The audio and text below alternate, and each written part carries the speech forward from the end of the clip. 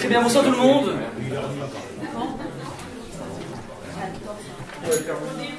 Je suis très ému d'être devant des vieilles connaissances. Ça rappelle le bon vieux temps. Très bien, on va, comment dire, essayer de s'informer un petit peu sur les parachutes qui se déroulent sous nos yeux depuis quelques temps, depuis l'ouverture du livre de Shemot. Tout le monde sait que le livre de Shemot, le livre des nombres, est le livre dans lequel nous allons vivre à la fois cet enfermement, cet enlisement dans l'exil de l'Égypte, dans cet esclavage d'Égypte, ça c'est la première partie, et puis on va avoir des acteurs qui vont nous sortir de cette boue, de cette gadoue, et ces acteurs sont essentiellement Moshe, Myriam, Aaron, qui vont nous extraire de cela. Il est évident qu'on parle d'un événement qui s'est passé il y a plus de 3300 ans, mais comme disent les maîtres de la Kabbalah, chaque paracha, si Moshe Rabbeinu a mis en place une lecture de la paracha chaque semaine, de façon à finir dans une année la totalité de la Torah, c'est pas simplement pour s'informer du niveau culturel, c'est que à chaque paracha que tu vis, quel que soit le siècle que tu habites, quelle que soit ta religiosité, eh ben, elle fera écho à un problème personnel existentiel. Toujours, c'est toujours le principe. Donc il y a toujours un élément dans la paracha que je peux m'approprier, hein, au moins, c'est sinon une totalité, et plus je pénètre le texte, plus j'aurai une faculté, comment dire, de comprendre ce qui se trame ici. C'est l'introduction, un titre d'introduction. Deuxième point d'introduction au niveau méthodologique. Il y a un travers dans lequel il ne faut pas tomber lorsqu'on ouvre les versets de la Torah, de la Bible. On a toujours des personnages qui sont des gentils et des personnages qui sont des méchants. Ouais. Abraham, il fait partie des Yitzhak, c'est des gentils. Maintenant, Esav, plutôt méchant.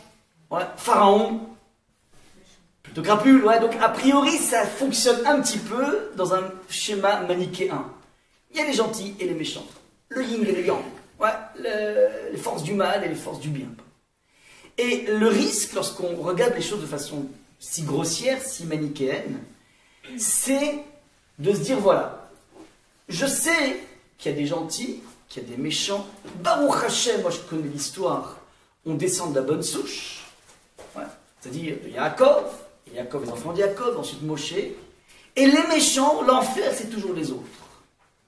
C'est une lecture, un abord du texte qui est extrêmement dangereux, parce que finalement, lorsque tu vas ouvrir le texte, tu vas absolument pas apprendre quoi que ce soit.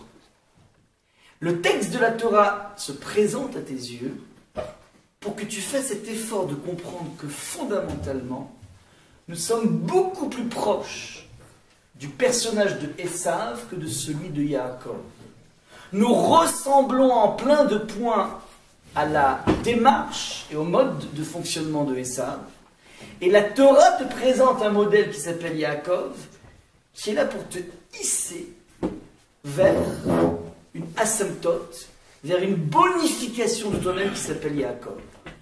Donc, la lecture dynamique, intéressante, qui va te chambouler, qui va opérer chez toi une velléité de grandir, c'est la lecture qui sera basée sur, ok, analysons le personnage qui est décrit comme quelqu'un de mauvais, qui est le méchant de la bande, et essayons de voir dans quelle mesure, en fin de compte, c'est pas qu'il est gentil, c'est qu'on a nous aussi des points communs avec lui, et essayons de voir comment nous pouvons chercher dans les personnages qui sont les gentils, comme Abraham, Yitzhak, Yaakov, comme Moshe, Aaron et Myriam, des antidotes de ce phénomène. C'est ce qu'on va faire ce soir, on va essayer d'analyser exactement ce qui se trame chez Pharaon, de voir dans quelle mesure on ressemble beaucoup à Pharaon, et de voir dans quelle mesure Moshe, Myriam, Aaron nous proposent un chemin pour pouvoir grandir par rapport à ça. C'est donc la deuxième remarque étymologique. Maintenant, on peut, qu'on est fort, on peut attaquer le texte. Je m'inspire donc pour cette secours deux sources de deux rabbins contemporains. Le premier, avec il s'appelle Rav Avigès, j'ai déjà cité ici. Et le deuxième, c'est le plus grand maître de la pensée juive actuelle, qui s'appelle Rav Moshe Shapira, que je vous Charlot, le fois chez les marques.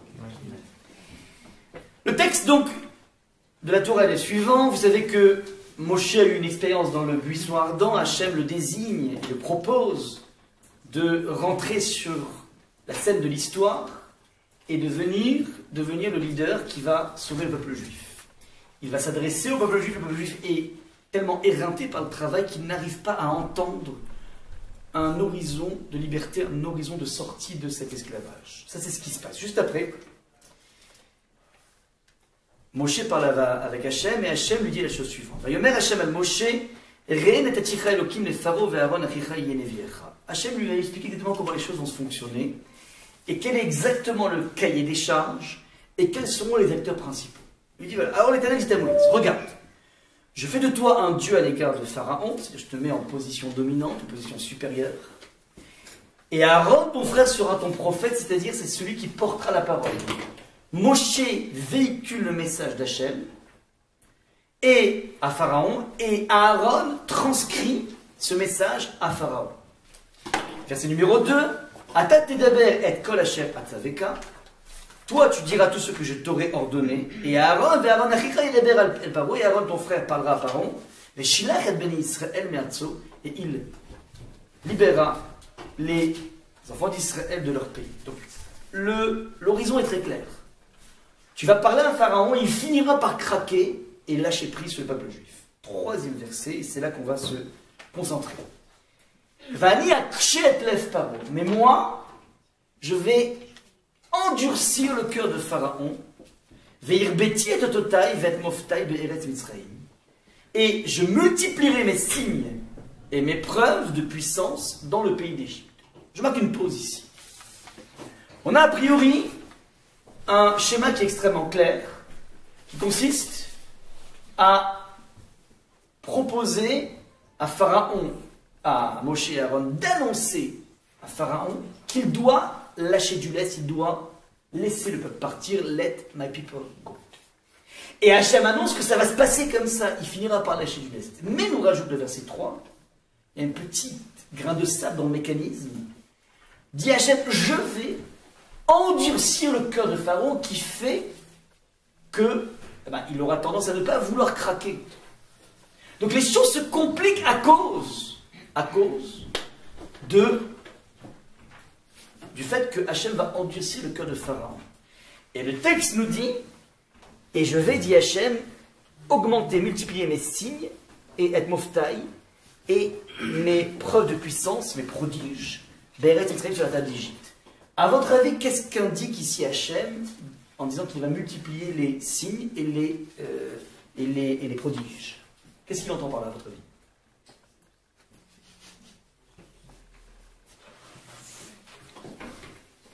C'est quoi les signes, c'est quoi les prodiges? Comment? Les miracles. Les miracles, les plaies. Ouais. Il annonce ici qu'il va endurcir le cœur de Pharaon. Ça veut dire que s'il n'avait pas endurci le cœur de Pharaon, il aurait pu lâcher les Juifs. Mais comme il est endurci, donc du coup il faudra rajouter encore un stock de plaies. Et il prévient qu'il va multiplier les signes et les prodiges, les preuves de puissance. Quelle est à votre avis la nuance entre Hot, qui s'appelle un signe, qui va être multiplié, et les Moftaï, qui s'appellent des prodiges? C'est-à-dire quoi qu'il y a deux types de choses qui vont être envoyées sur l'Égypte? Qu'est-ce qu'on entend par deux types de choses? Qu'est-ce que ça peut être deux types de choses? Alan, qu'est-ce que t'en penses?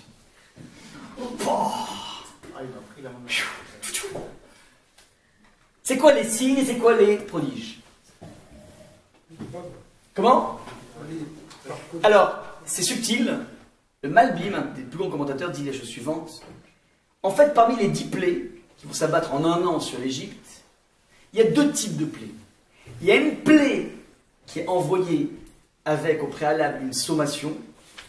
Moïse vient dire à Pharaon, arrête de faire le malin, parce que si tu continues, Hachem va envoyer une métamorphose de toutes les eaux d'Égypte, le Nil va être transformé en sang. Donc Pharaon est avisé, il n'écoute pas l'avis, le Nil est transformé, Pharaon n'en peut plus, il demande arrêtez, je lâche le peuple juif, ils arrêtent, le Nil se transforme en eau, et malgré ça, ils ne lâchent pas le peuple juif. Donc il y avait une phase, on avise, on applique la plaie, on retire la plaie et nouvelle plaie. Donc il y avait des plaies avec sommation et des plaies qui étaient là pour frapper de façon sans sommation. Et c'est même extrêmement méthodique, puisque cette année de 10 plaies, on avait un groupe, 10 divisé par 3, ça fait 3,33, mais en l'occurrence on a fait des familles. 3 premières, 3 suivantes et 4 dernières. Rappelez-vous, dans la Haggadah, on dit Rabbi Yossi Agilili Anoten Siman, il a donné un moyen mnémotechnique, Detzar Adash Be'achav, qui sont les initiales des diplés. Detzar, Dalet, c'est dame, le sang. Tzadik, c'est les tzfardéas, ce sont les grenouilles. Kaf, c'est les kinim, ce sont les poux. Detzar Adash, Arov, c'est les bêtes sauvages. Dever, c'est la peste. Shin, c'est Shrim, c'est les ulcères. 4e famille, Barad, c'est la grêle. Arbé, c'est les sauterelles. Chet, c'est le rocher, l'obscurité. Enfin, dernier, Makat Bechorot. Hachem, de façon méthodique, va envoyer les 2 premières plaies de la groupe de 3 avec une sommation, la dernière sans sommation. 2 premières avec sommation, dernière avec sommation. Maintenant, ce qui est intéressant, c'est que dans ces plaies, s'il y en a qui sont avec sommation et d'autres sans sommation, chacune opère de façon différente. Une plaie avec sommation s'appelle un hot, un signe, ça veut dire Hachem me dit coucou. C'est quoi il me dit coucou?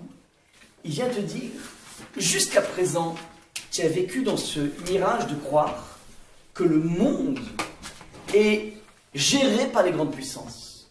Tu as l'impression que celui qui fait la pluie et le beau temps dans le monde, c'est Obama. Que celui qui va gérer la crise du Moyen-Orient, c'est Poutine. Que l'économie va, dans ses fluctuations, être évidemment soumise à la crise qui se passe actuellement dans les bourses de Chine. Et donc, on s'habitue au fur et à mesure à voir le monde dans des systèmes de causalité très proches. Si à ça, c'est parce que Obama, si à ça, c'est parce que Poutine, si à ça. Et on en oublie qu'il y a quelqu'un qui tient les ficelles en permanence qui s'appelle le bon Dieu. Cette situation dans laquelle nous nous trouvons aujourd'hui est une situation dans laquelle se trouvaient les bénis Israël, et pour sortir de ce mensonge, alors Hachem va petit à petit, de façon méthodique, envoyer des indices, des signes, des clignotants pour dire non, c'est moi qui gère tout. Regarde le sang, le Nil, donc qui est un espace macro, un grand espace, se métamorphose en sang, et c'est assez incroyable parce que toutes les sources des Égyptiens étaient en sang, mais les sources chez les Juifs étaient de l'eau. Et lorsque un Égyptien les servait chez un Juif, son verre devenait du sang. Bref, il y avait une métamorphose absolument incroyable. Je gère le monde macro. Et les plaies vont aller en décrescendo du macro au micro. On commence par les grands espaces, qui s'appellent le Nil. Deuxième espace, c'est les Tzfardéim, sont des petites créatures. Troisième espace, c'est les Kinim, c'est des poux. Les poux, c'est déjà très petit. Et on arrive au sommet de l'infinitésimal, de l'infini petit. C'est la dernière plaie qui s'appelle la mort des premiers-nés. Pourquoi c'est infinitésimal? Parce que, étant donné, c'est là un point très intéressant, étant donné que l'Égypte avait une culture adultérine, c'est-à-dire que tout le monde trompait tout le monde, les maris, les femmes, il n'y avait aucun système de fidélité conjugale. Alors, le premier-né d'une famille égyptienne est toujours en fonction du papa.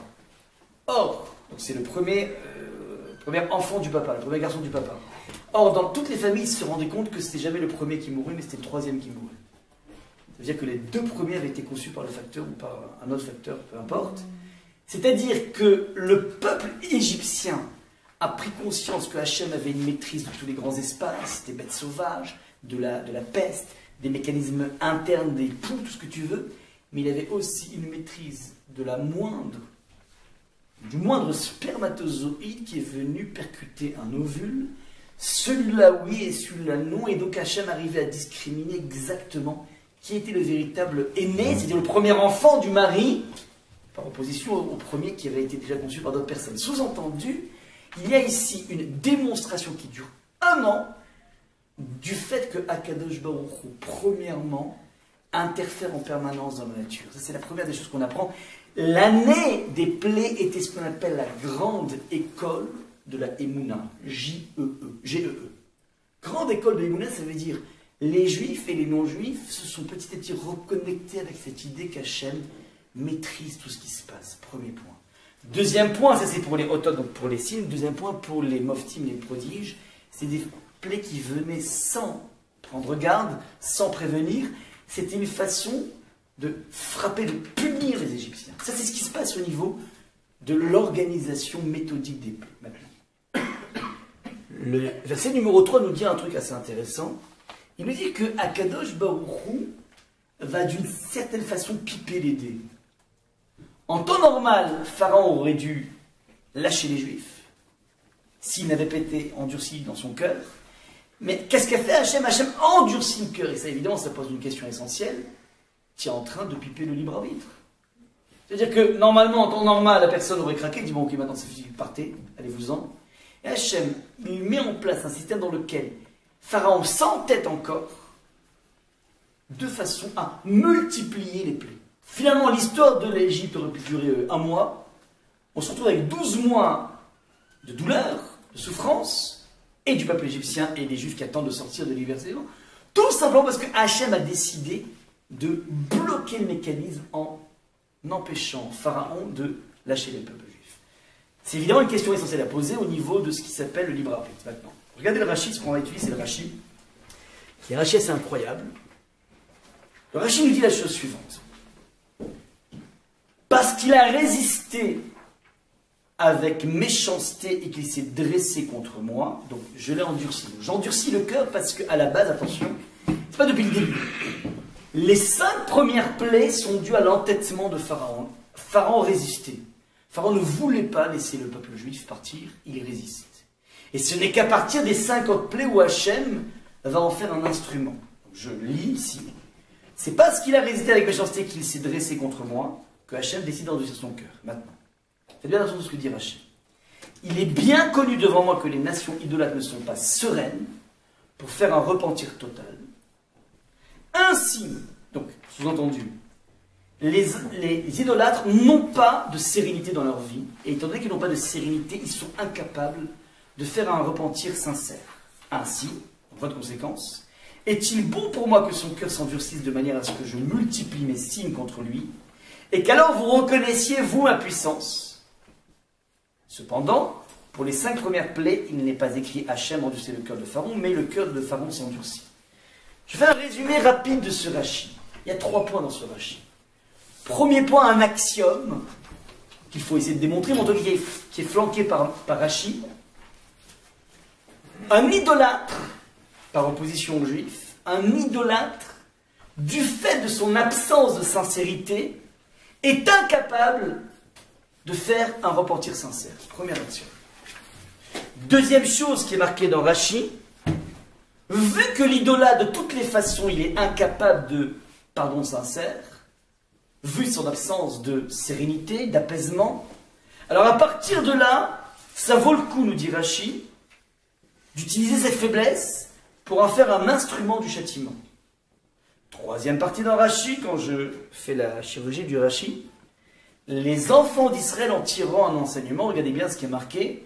Ainsi est-il bon pour moi que son cœur s'endurcisse de manière à ce que je multiplie mes signes contre lui, et qu'alors, vous reconnaissez-vous les Juifs, ma puissance. Sous-entendu, je vais le frapper pour exhiber auprès de, pas de eux, de vous, ma puissance. C'est ça qui est marqué ici dans Rashi. Donc, je répète, il y a 3 points dans Rashi.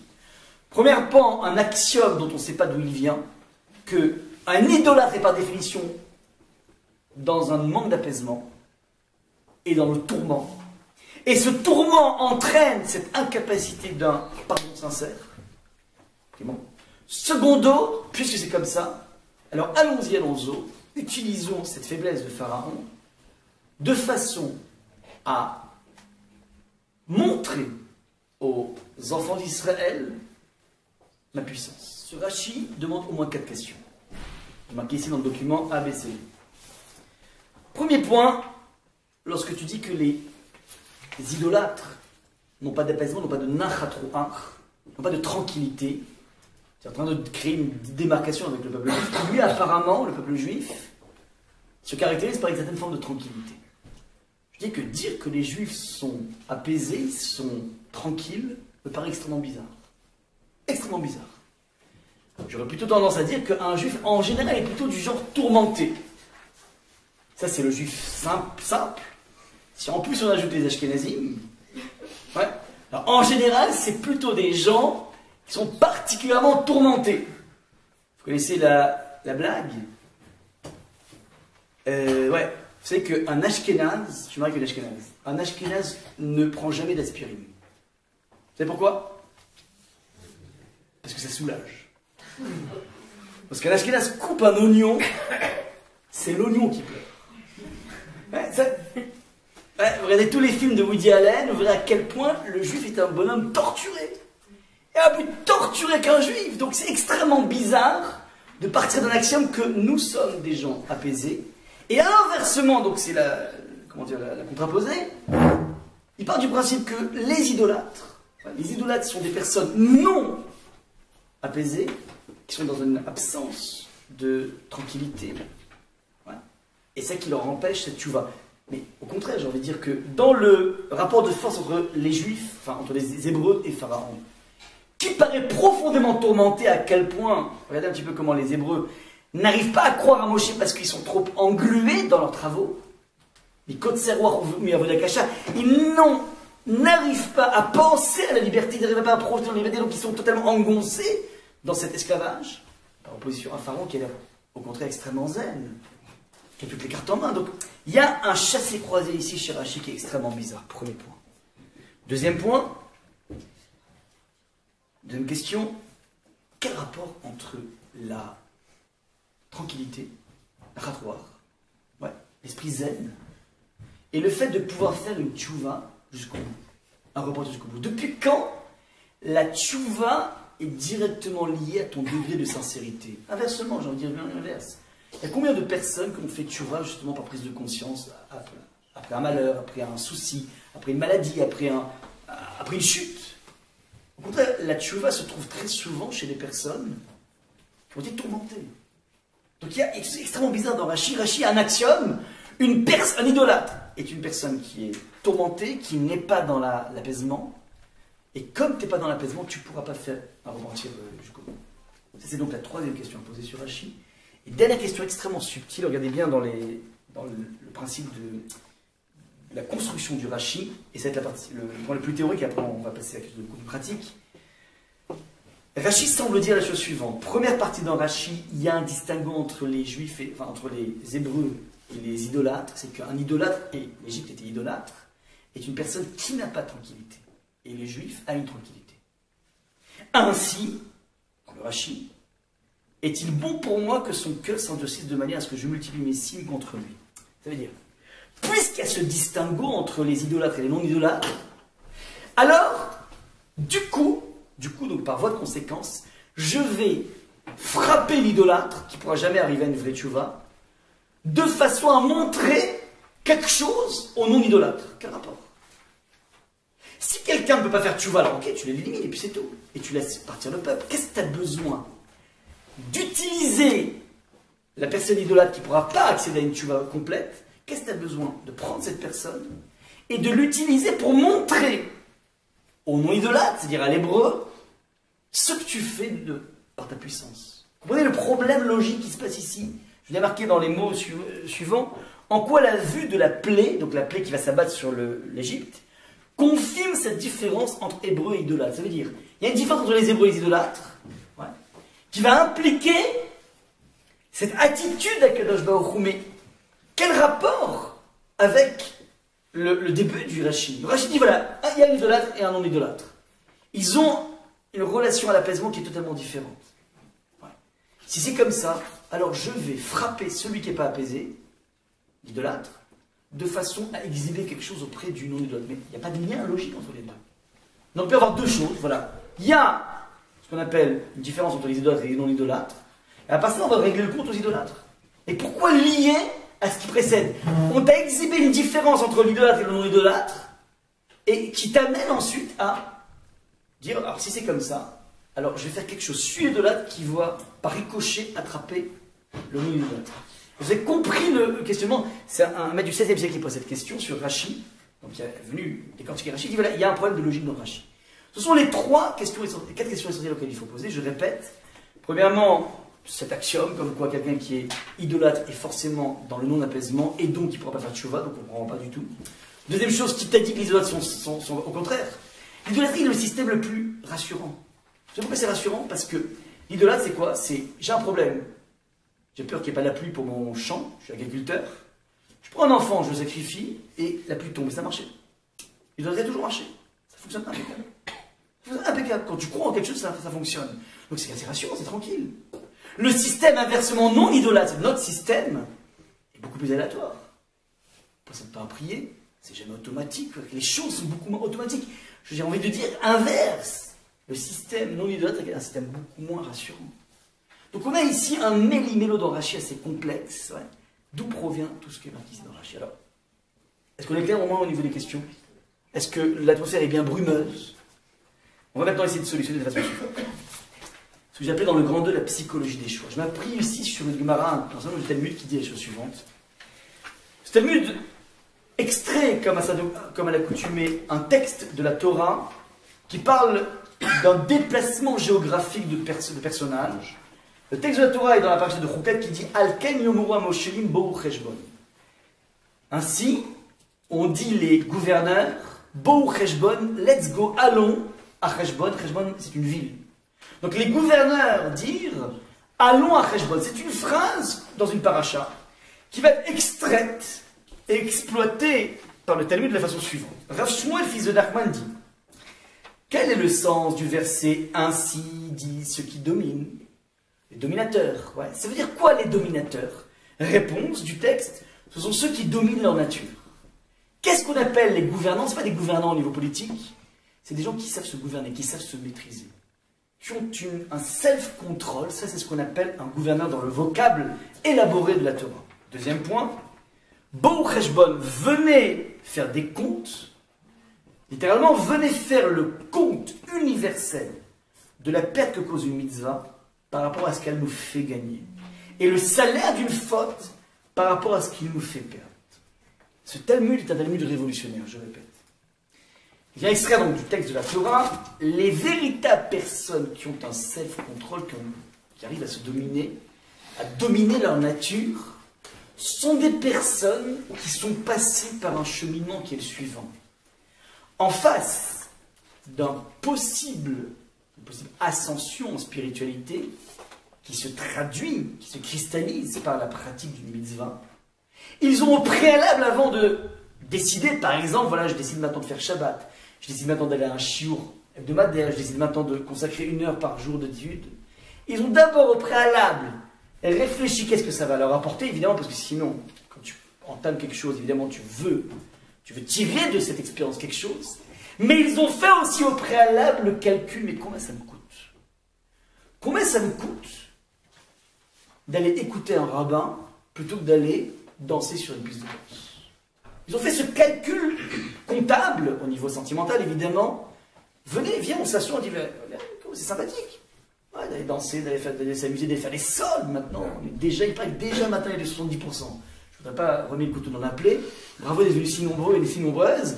Mais tu dis, mais tu vois, mais je suis en train de perdre des belles affaires là.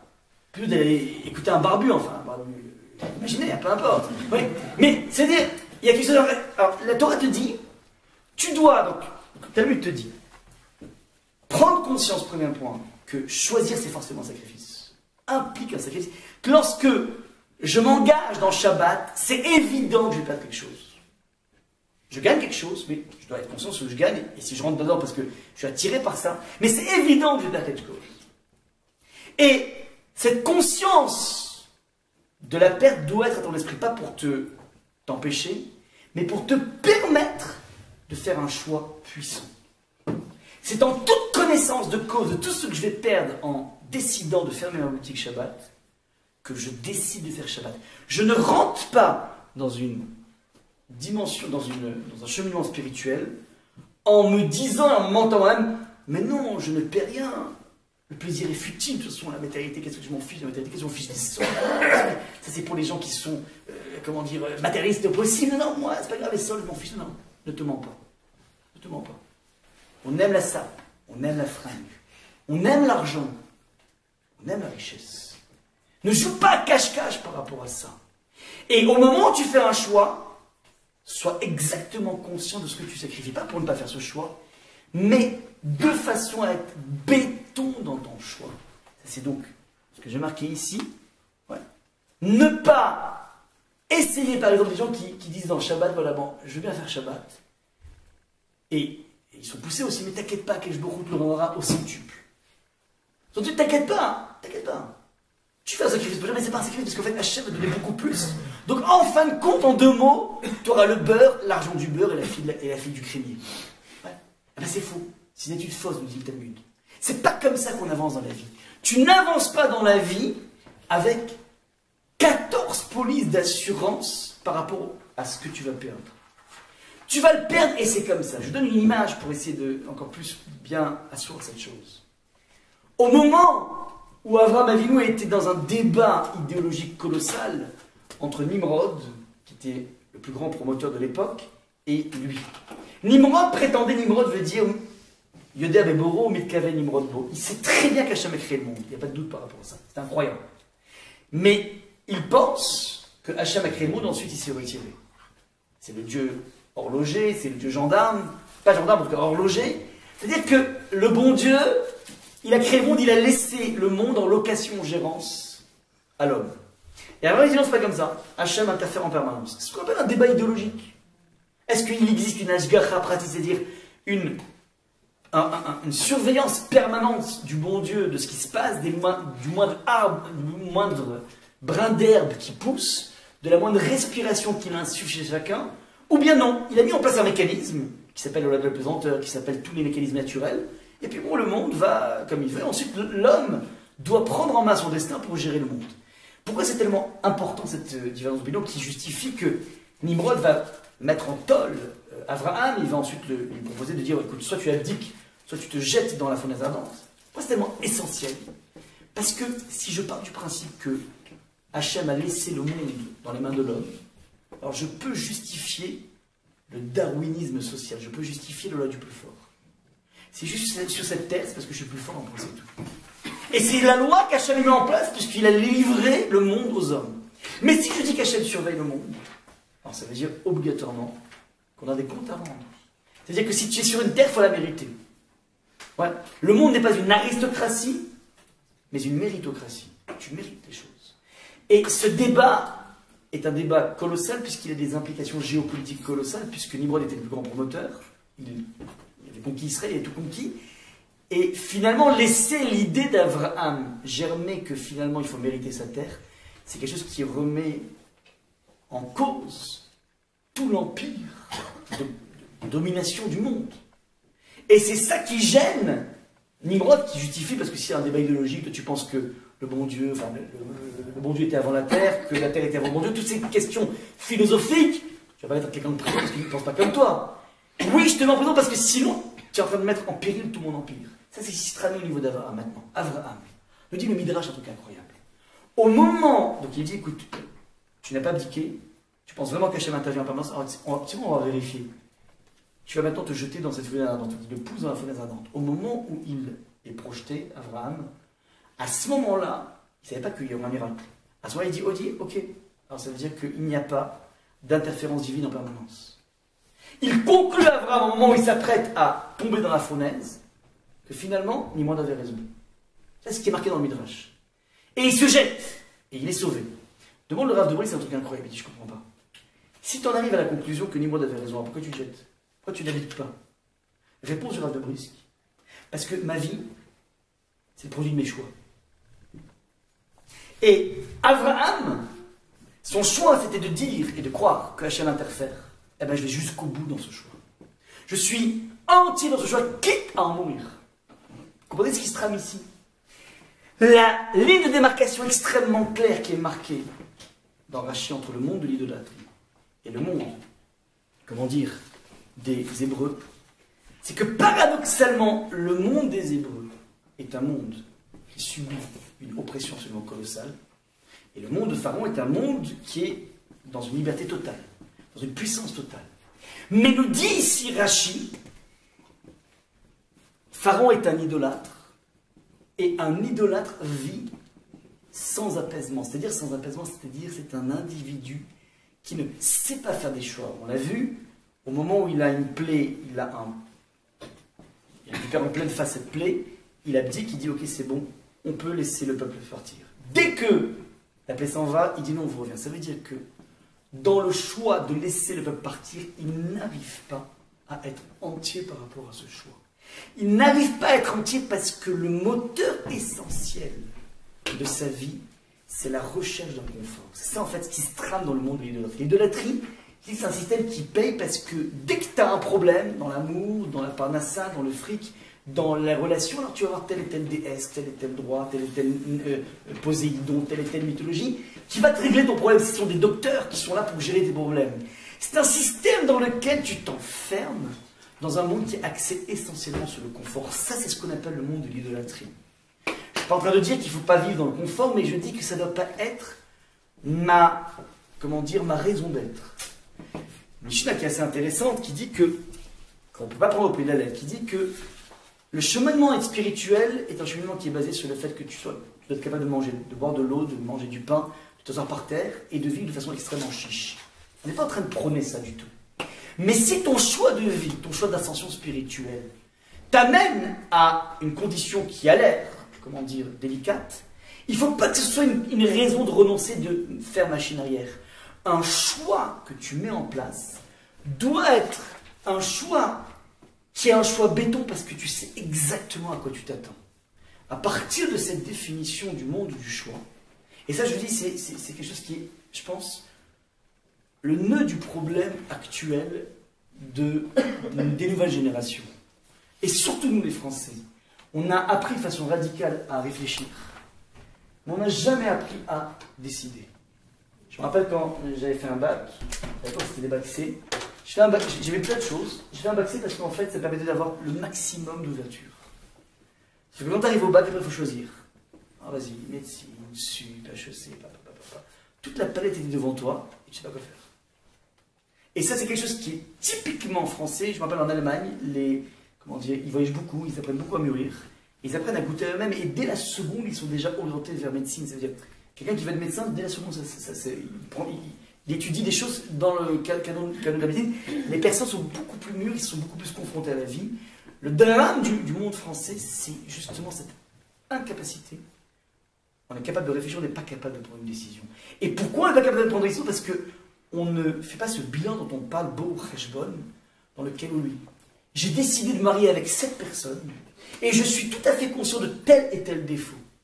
Et c'est avec ces défauts que j'ai envie de bosser. Je ne suis pas en train de me leurrer en me disant soit on va métamorphoser au monde de l'amour les défauts. Je ne suis pas en train de me leurrer en disant non, il n'y a pas de défaut. Non. Je suis extrêmement clair. Et malgré cela, je fais ce choix. J'ai décidé de faire tel business et je sais exactement quels sont les risques qui sont liés à ce business. Et malgré cela, je prends cette attitude proactive qui s'appelle je fais ce choix. Je ne me laisse pas mener par le mouvement de la vie. Ça, c'est le point essentiel. Pharaon est l'individu qui, en fonction du confort, va choisir ou pas une attitude. Et c'est exactement ce problème dont on répond à partir de ce principe aux questions essentielles. Qu'est-ce que Rachid va nous dire qu'un idolâtre n'est pas dans la sérénité, donc il ne pourra pas aller jusqu'au bout dans sa démarche? Parce que fondamentalement, l'absence d'authenticité dans un choix, c'est-à-dire cette prise de conscience de tous les risques du choix qui implique ce que je vais faire, cette faculté de calculer ce que ça me coûte et ce que je gagne, génère chez l'individu une faculté de ne pas assumer son choix. Donc la personne ne sera pas dans l'apaisement, il ira dans des directions un peu partout. Il n'aura pas une démarche logique, une démarche qui s'appelle son cheminement. Il n'aura pas le goût de lui-même, primo. Secondo, il ne pourra pas engager un chemin jusqu'au bout, shalem, complet, parce que finalement, il est en permanence phagocyté par le baromètre. Est-ce que ça me fait du bien ou ça ne me fait pas du bien?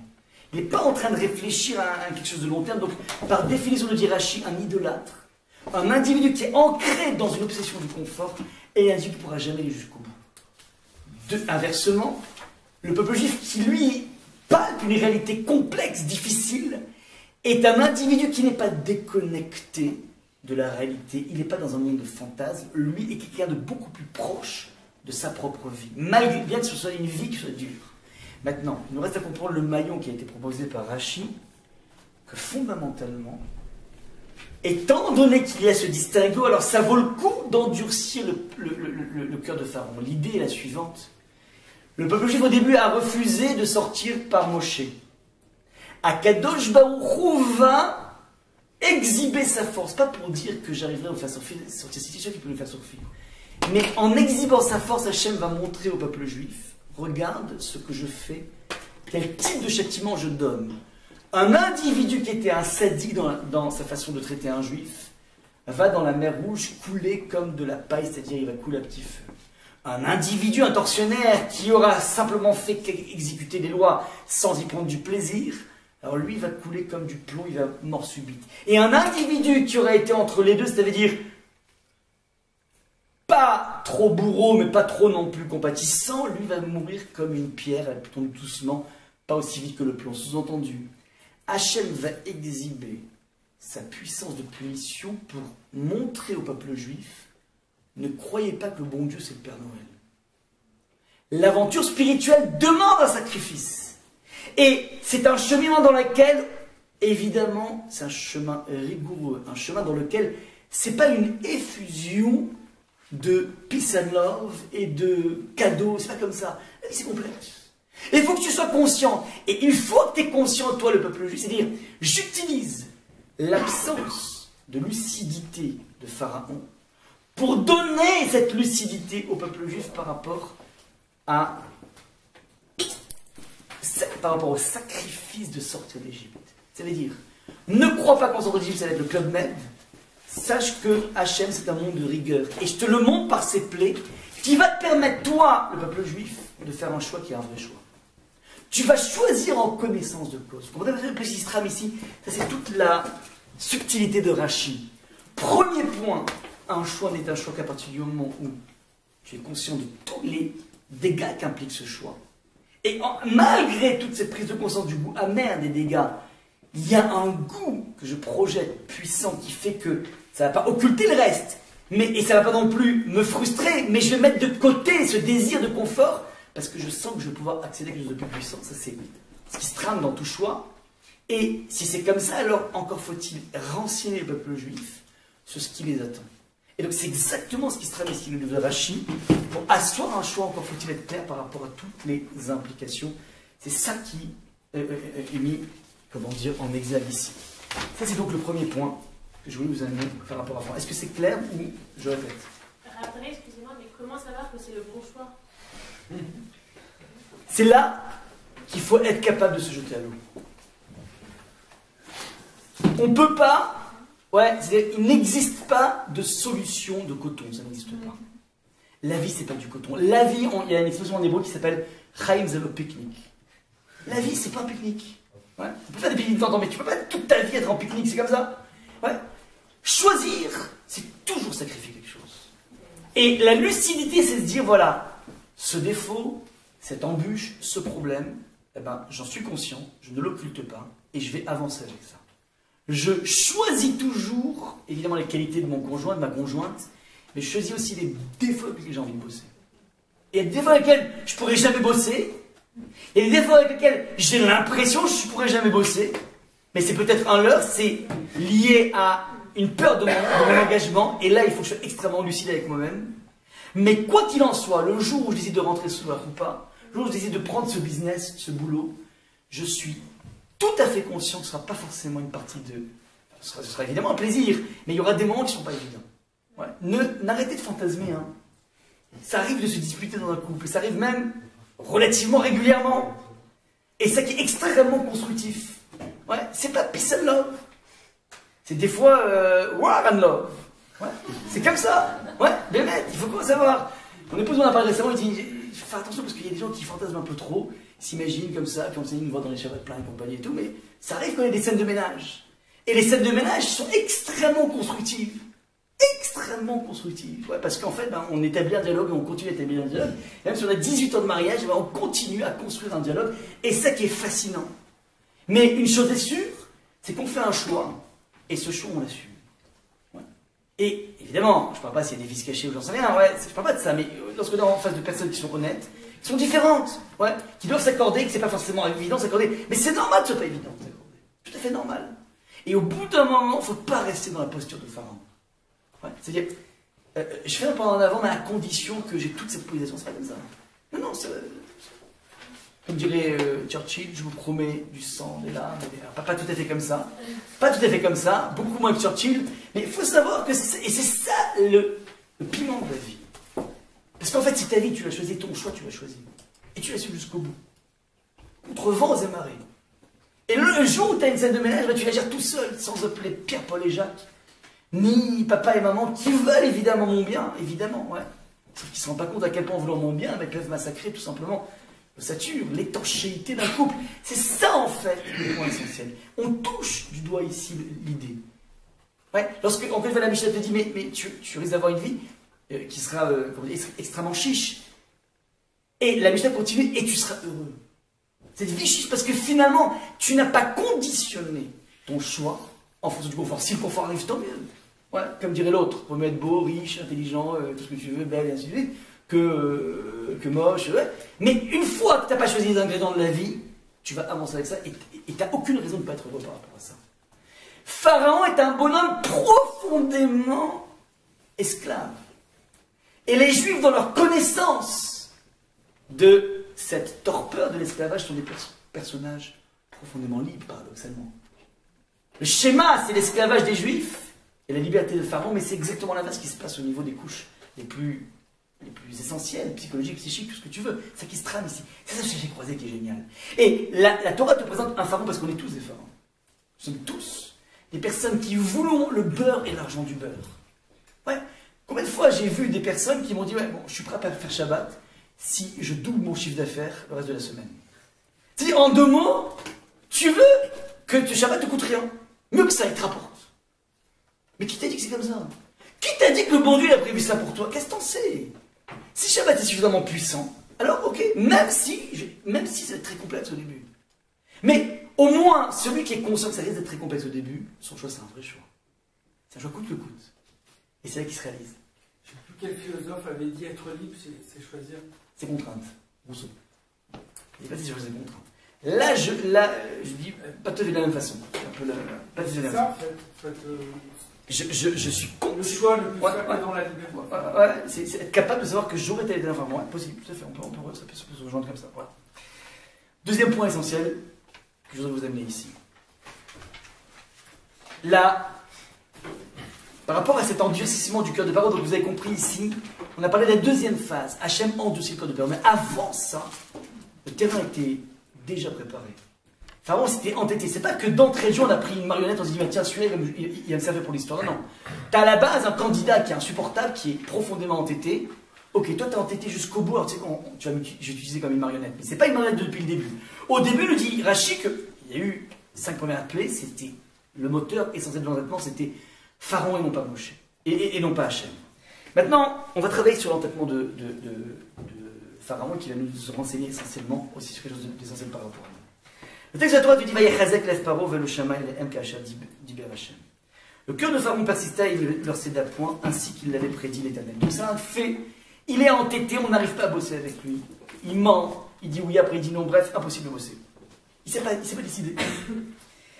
Le texte dit Va yomer Hashem al Moshe kaved lev Paro. Hashem dit à Moshe le cœur de Pharaon est opiniâtre. Ma'el Sheverham. Il refuse de faire partir le peuple. Ce verset paraît répétitif. On savait déjà du verset numéro 13. On savait qu'il est opiniâtre, on savait qu'il refuse. Qu'est-ce que rajoute à votre avis le verset, comment dire, numéro... Est-ce que tout le monde a pu... marquer un mot? Juste présent, si vous voulez pas. Merci beaucoup. Alors regardez, qu'est-ce que rajoute le deuxième verset? Alors le Midrash a une lecture géniale. Faites attention. Vous avez marqué ici en rose fuchsia. Quand on lit le verset Vayomer Hashem el Moshe, Kaved lev Paro. Littéralement, Kaved veut dire lourd. Kaved c'est lourd, Kaved c'est le poids, c'est l'honneur. Lève le cœur de Pharaon. Donc littéralement, le cœur de Pharaon est lourd. Il est entêté. Sauf que Kaved veut dire quoi ici en hébreu? Le foie, c'est un organe essentiel, le foie. Et littéralement, le Midrash a une lecture extrêmement sophistiquée qui est la suivante. Vayechazek lev Paro vayomer Hashem el Moshe kaved lev Paro. Donc dit le Midrash, de même que le foie est de nature colérique, le cœur de celui-ci est devenu comme un foie. C'est-à-dire, on lit le verset de la façon suivante. Kaved, ça veut dire foi, lève paro. Kaved, c'est un foie, le cœur de Pharaon. Vous entendez pas? Kaved, tu sais quoi? Son cœur, c'est devenu un foie. Kaved, lève paro. C'est un foie, le cœur de Pharaon. C'est là qu'il faut lire le texte, d'après le Midrash. Donc je répète. Au niveau de la couche littérale, c'est Pharaon est entêté. Et le Midrash décortique le texte et tu dis non, tu peux lire autrement, pas qu'il est entêté, tu peux dire que son cœur est devenu un foie. C'est-à-dire quoi un cœur est devenu un foie? C'est quoi ce trafic d'organes? C'est quoi ce truc qui se passe ici? Nefesh HaChaim, un des très grands maîtres de le grand élève du Gaon de Vilna, qui a écrit un livre de philosophie juive magnifique qui s'appelle le Nefesh HaChaim, Rabbi Chaim de Vologine. Il y a Vologine, et lui, il explique la chose suivante, et c'est une clé essentielle de pensée juive qu'il faut attraper ici, il faut le connaître, cette partie de la culture juive, que tout homme se décompose au niveau de la structure spirituelle, qui s'appelle l'âme, en 3 types d'âmes. 3 âmes. On a 3 âmes, on n'a pas une âme, on a 3 âmes. La première s'appelle le Nefesh, la deuxième s'appelle le Ruach, et la troisième s'appelle la Neshama. Nefesh, en hébreu, c'est la dimension la plus charnelle de l'âme. Le roi, c'est le vent, c'est une dimension plus fluide, plus subtile. Et Neshama, c'est le top du top, c'est une dimension encore plus invisible. À chacune de ces dimensions de l'âme, ces couches d'âme, ce sont des couches, correspond un organe charnel. Au Nefesh, c'est-à-dire l'âme, on appelle l'âme béhémite, c'est-à-dire tous les animaux ont un nefesh, on appelle ça une nefesh. Ils ont une façon de se mouvoir. Ils ont un mouvement. Ouais. L'instinct de vie d'un animal, c'est ce qu'on appelle le nefesh. L'homme aussi a un instinct de vie. L'animal aussi a un instinct de vie. Tout rampant, n'importe quel reptile a un instinct de vie. Ça, c'est le nefesh, la première couche. À ce nefesh correspond le kaved, le foie. Premier organe. Deuxième organe, le ruach. Le ruach, c'est le vent, c'est la parole, c'est la faculté que l'homme a de parler. Vous allez me dire que des animaux aussi font des sons, mais nous, notre parole, elle structure notre pensée. On pense pour parler, mais la parole, c'est rétroactif, te permet de structurer encore ta pensée, donc d'évoluer. Nous sommes des êtres qui évoluent grâce à la parole. C'est le ruach, c'est le vent, qui correspond au cœur, l'organe du cœur. Et dernière strate, c'est la neshama qui se trouve dans le cerveau, nous dit l'article 25 du Shulchan Aruch. On met les téphilines ici parce qu'en fait c'est là que se situe la neshama, dans le cerveau, pas dans le cœur, c'est dans le cerveau. Alors, la neshama se trouve au niveau du mohar du cœur, du cerveau. Ça, c'est ce que nous disent les maîtres de la Kabbalah. Comment on exploite ce texte qui a l'air un petit peu obscur? Courage suivante. Quand on regarde au niveau charnel, le foie, sa fonction, s'il y a des médecins ici, c'est stocker les choses. Il stocke. Et c'est l'aspect le plus... C'est un organe lourd, et c'est, on a dit, l'aspect le plus charnel de la neshama, enfin de l'âme, c'est-à-dire c'est ce qui t'imprime un mouvement. Maintenant, il stocke tout ce qui se passe quand, par exemple, tu prends un peu trop de chocolat, tac, tu commences à sentir mal au foie. Quand tu prends un peu de vin ou n'importe quoi, même un pourim, tu sens que ça, c'est-à-dire il stocke. Il emmagasine. Voilà. C'est qu'il stocke. Et crise de foie, c'est sont dus à un emmagasinement. C'est-à-dire, le foie est sans limite. Sans limite et sans aucun frein ou sans aucun filtre. Ça, c'est le premier organe. Deuxième organe, c'est le cœur. Le cœur. Et je vous ai marqué ici dans la symbolique. Sa fonction donc c'est donner ce qui est nécessaire et retirer ce qui est nocif. C'est tout le mouvement de la pompe du cœur qui permet donc de créer un circuit d'un sang qui va être oxygéné, qui va alimenter un peu tous les organes qui en ont besoin. C'est-à-dire qu'il voit un organe qui en a besoin qui s'appelle ce cerveau, qui a besoin d'être oxygéné par du sang. Et le cœur s'occupe d'aller lui récupérer du sang oxygéné, bon, de l'envoyer. Donc il fait tout un tralouette comme ça. Il s'occupe de tout gérer les manques des autres. Donc il véhicule, ça c'est le cœur. Ouais, il est gentil comme un cœur, d'ailleurs il s'occupe de tout le monde, c'est magnifique, c'est un cœur. Ouais.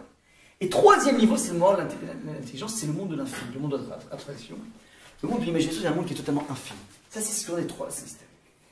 Parce que vous prenez les initiales de chacun de ces organes, Mohar, c'est le cerveau, Lev, c'est le cœur, la med, et Kaved, le foie, c'est le kaf, ça fait même la medret, c'est quoi? Meler, c'est le roi. On est censé avoir une utilisation extrêmement judicieuse de ces 3 organes, c'est-à-dire le monde de l'infini des pensées, le monde du cœur et le monde du foie. Et lorsque tu as un cycle vertueux, alors tu es ce qu'on appelle un mélève, une personne qui te domine. Quand est-ce que les problèmes commencent? C'est lorsque le cœur ne fait pas son travail. C'est-à-dire le travail du cœur, c'est quoi? C'est être capable de filtrer tout le monde émotionnel de ta vie, on est percuté par des tonnes de choses, par des tonnes d'événements. Et ça, on emmagasine, sans trier au début. Tu as une telle vexation ici, tu as une telle vengeance à souffrir dans la réalité. Tu as une personne qui t'avait promis quelque chose qu'il t'a pas fait. Et tout ceci t'emmagasine dans le foie.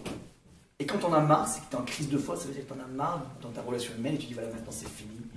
Je veux plus la voir, je veux plus lui parler, c'est fini, on coupe, c'est fini, je veux une rupture. Ça, c'est lorsque le foie est en crise de foi. Vous avez compris l'image. Maintenant, le cœur, lui, est censé ponctionner toutes ces émotions, essayer de les trier, faire un ordre par rapport à ça, et véhiculer au cerveau les informations essentielles. Arrive des moments où le cœur ne fonctionne pas. Il ne fait pas son travail, et ce que dit ici le texte qui est génial, c'est que fondamentalement, chez Pharaon, le cœur n'a pas fonctionné. On dit que Pharaon était une personne coléreuse. Une personne coléreuse, c'est-à-dire c'est un individu qui s'oblige à vivre dans un monde figé. Je m'explique. Je vous amène ici la phrase du Talmud, on l'avait déjà cité une fois, il y a 1 an ou 2 ans. Amou Chachamim Arishonim, Kol HaKoes Kilu Oved Avodah Zara. Tout individu qui s'énerve est comme un idolâtre. Les maîtres du Talmud viennent faire un comparatif entre le monde de la colère et le monde de l'idolâtrie. Évidemment, on n'est pas en train de donner une étiquette à un individu qui s'est mis en rogne, qui s'énerve comme un fou, dire ah tu sais quoi, toi tu es un idolâtre, et donc je ne pourrais même plus boire de ton vin. On n'est pas donné un statut, on n'est pas en train de donner un statut halachique à cette personne.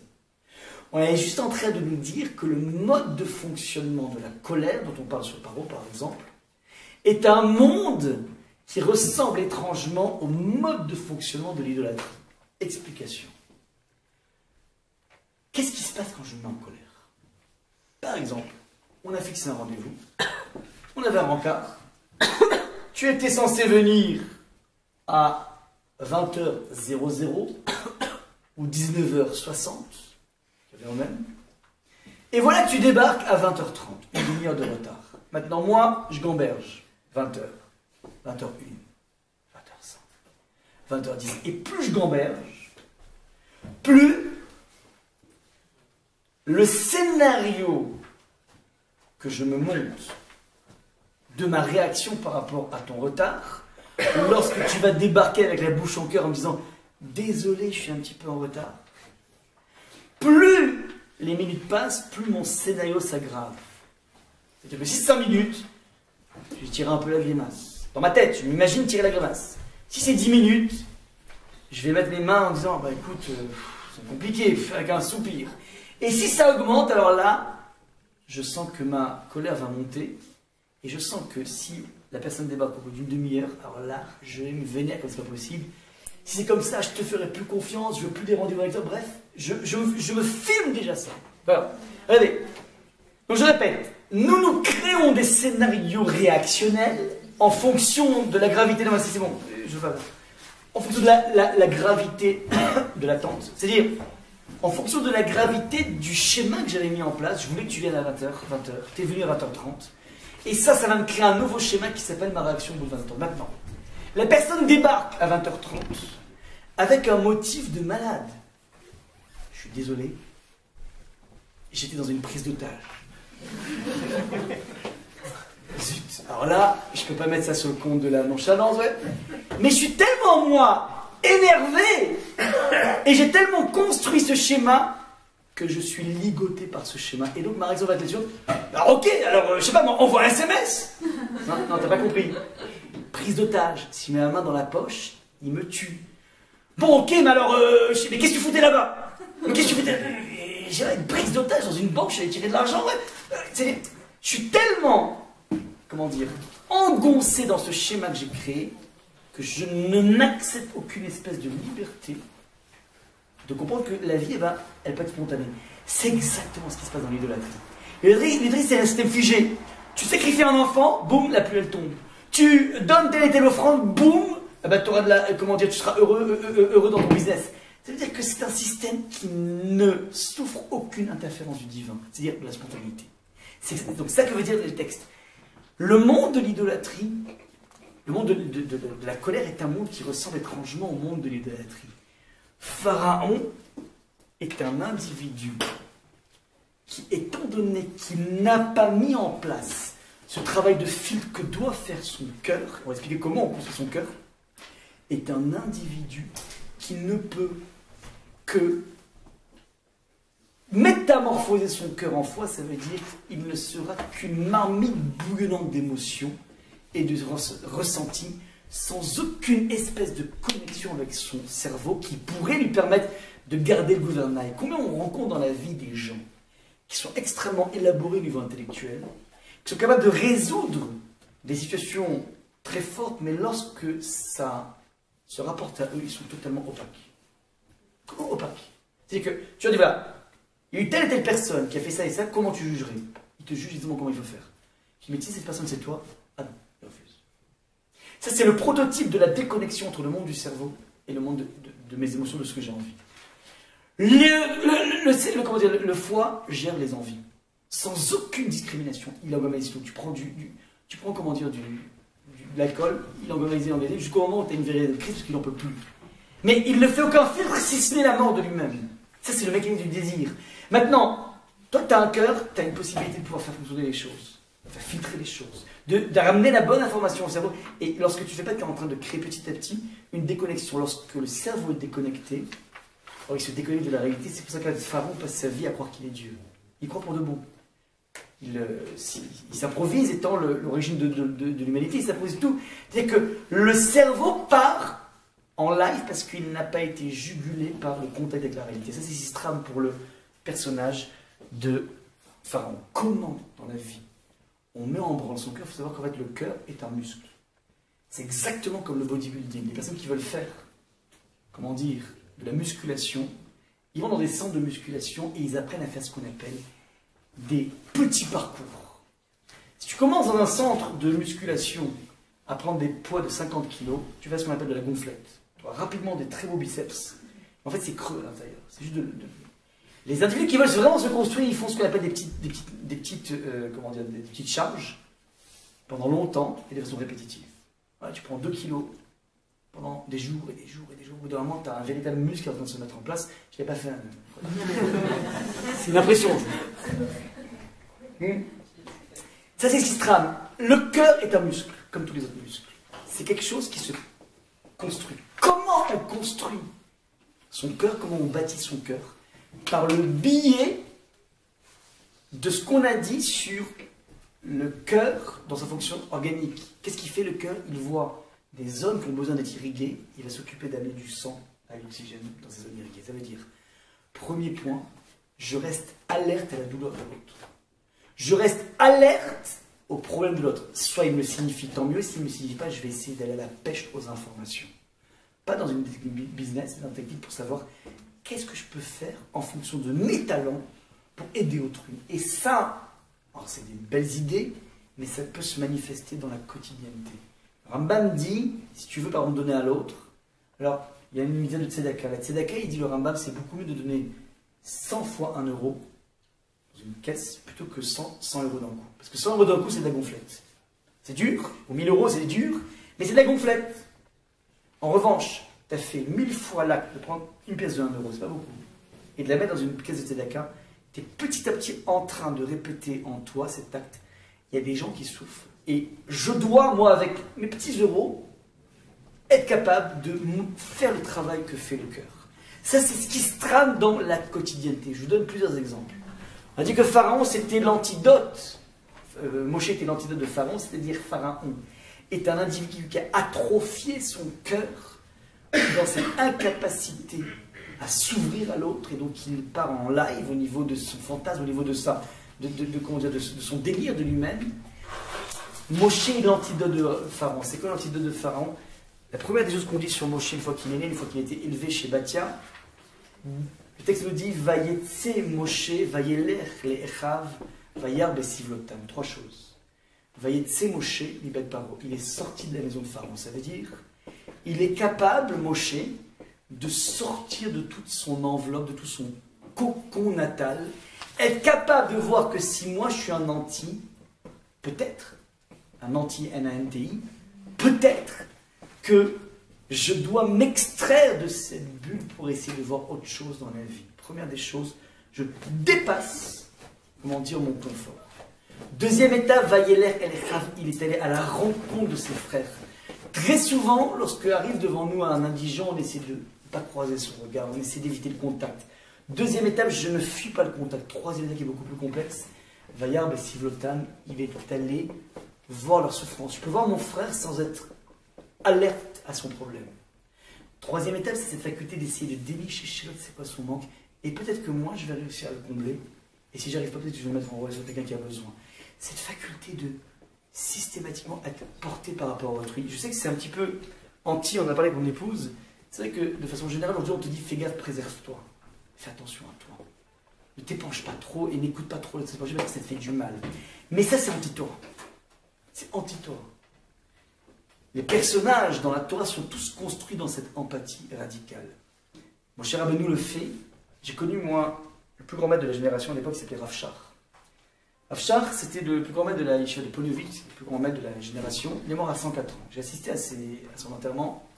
Et c'est extraordinaire parce que lorsqu'on a des grands hommes dans le judaïsme, lorsque tu assistes à des histoires post-enterrement, des histoires qui te montrent à quel point il était géant. Dans le monde des grands hommes, hors judaïsme, enfin en général, des grands hommes politiques, après l'enterrement, tu entends des histoires assez bizarroïdes. Toi, tu as une certaine Mazarine qui assistait à l'enterrement de son père, on ne savait pas qu'elle existait, et que les journalistes qui savaient son existence, à l'époque de Mitterrand. Mitterrand, ce grand homme politique, puis d'un coup, tu vois qu'il y a eu plusieurs bébés illégitimes. Bref, donc c'est ça qui transpire après. Mais nous, chez les gens d'Israël, tu te rends compte de la densité existentielle de l'individu. Et je me rappelle, ce qui m'avait marqué, c'est que personne n'a parlé de son génie au niveau talmudique. C'était un génie au niveau mais personne n'en a parlé. C'est une puissance. Enfin, on en a parlé un petit peu, mais c'était pas ça les Israéliens, ils ont parlé surtout du chesed. Un géant dans le monde juif, c'est une personne qui a été capable d'inclure à l'intérieur de lui tout le peuple juif. C'est ça en fait la puissance de Rav Shach. Je me rappelle d'une histoire qui m'avait beaucoup marqué. Deux histoires. La première, c'est que comment dire, c'est une histoire en fait, qui m'a été racontée par mon Rosh Yeshiva. Quand je suis rentré en 94 à la Yeshiva, mon Rosh Yeshiva était donc à l'époque, avait étudié, était rentré à Ponevezh en 1968. Donc il avait comme Rav Shach. Et dans ces heures perdues, mon Rosh Yeshiva avait l'habitude de parcourir, donc aller dans des villes dans lesquelles il n'y avait pas beaucoup de Torah. Et il faisait du porte-à-porte pour essayer de motiver les parents à mettre leurs enfants dans des structures. Donc il y avait un petit peu de Torah, parce qu'il y a des structures d'Israël, il n'y a pas du tout de Torah, on ne sait même pas la Bible, on ne sait même pas la culture juive. Donc il essayait donc de réunir des parents pour leur dire faites gaffe, vous avez l'héritage, la culture juive c'est important, mettez les enfants dans des endroits comme il faut. Et voilà qu'un jour un père s'adresse à mon Rosh Yeshiva et lui dit regarde, j'ai un doute, j'ai deux choix, soit je mets mon fils dans une super école, super niveau, super population, mais il sera pris jusqu'à 1 heure, après 1 heure il est dans la rue, l'école c'est fini. Ou bien une école beaucoup plus moyenne, mais il sera pris jusqu'à 5 heures, comment je fais? Alors, je ne sais pas comment faire. J'ai posé la question à Rav Shach. Il arrive donc à Ponevezh, il dit voilà, Rav Shach, j'ai une question à vous poser, ouais, très bien, voilà. Il lui présente le dilemme. Il dit écoute, je ne peux pas répondre comme ça, il faut que j'appelle les deux directeurs, pour jauger les directeurs, pour voir où est-ce qu'on va mettre cet enfant. À ce moment-là, il se trouve que donc, juste après, le lendemain, Rav Shach a perdu sa femme, son épouse. Donc mon Shiva il dit bon j'abandonne l'histoire, j'attendrai une fois après les Shiva, après les 7 jours, on ira lui parler. Voilà que durant les 7 jours, ils appelaient régulièrement des étudiants des Shiva pour compléter le minyan chez Rav Shach. Voilà que lui il est pris dans un des groupes pour venir faire le minyan, pour venir faire la tfila avec Rav Shach. Et là Rav Shach le voit, il dit viens ici toi. Je dis quoi? Je vais te dire c'était 1500 élèves déjà. Donc, viens ici toi. Je dis qu'est-ce qu'il y a? Il dit mais pourquoi t'es pas venu me voir? J'ai comme ça, mais vous êtes en Shiva, vous êtes pendant les 7 jours, je ne peux pas. Je dis, mais non. Pendant l'enterrement, j'ai rencontré un des deux directeurs et j'ai pris la décision pour l'enfant. Parce que vous imaginez un individu qui perd son épouse maintenant, c'est pas une épouse d'il y a 10 ans. C'est une épouse, ils ont dû avoir à peu près, il avait 104 ans, donc il a dû avoir à peu près 70 ans de mariage. Parce que vous imaginez le degré de dépendance des deux. Son monde s'effondre. Et dans cet effondrement, il ne passe pas en déprime. L'individu est encore soucieux d'un inconnu. Où est-ce qu'on va le placer? Je ne sais pas si vous imaginez un petit peu le degré de faculté d'intégrer, comment dire, à l'intérieur de soi, le reste du monde. Deuxième chose sur Rav Shach qui m'avait énormément marqué, il avait et on finira là-dessus, il avait, comment dire, il avait une habitude comme ça qui était bizarre. Il faisait la tfila, il rentrait à la maison pour prendre le petit déjeuner, mais s'il arrivait après 8h du matin, il ne prenait pas de petit déjeuner. S'il arrivait à 7h55, il prenait un petit déjeuner, mais dès qu'il arrivait après 8h, il ne mangeait pas. Il sautait le repas du matin. Un jour, ses enfants lui ont dit, mais papa, pourquoi tu... Enfin, pas ses petits-enfants lui ont dit, pourquoi tu fais ça? Alors il a dit la chose suivante, il a dit voilà, à 8h du matin, c'est l'heure d'entrée de tous les juifs, de toutes les écoles d'Israël. Il dit il y a des centaines de milliers de jeunes enfants juifs et juifs qui vont rentrer à l'école sans avoir fait Shema Israël, sans avoir prononcé la phrase essentielle du peuple juif qu'on prononce tous les matins, matin et soir. Il dit moi je ne peux pas manger, sachant que tous ces enfants ont une certaine forme d'orphelinat spirituel. Ça, c'était la puissance d'un individu qui vibre avec tout le peuple juif. Alors nous, on est très loin de ça. Mais on peut déjà, à son niveau, essayer d'intégrer autour de soi les choses.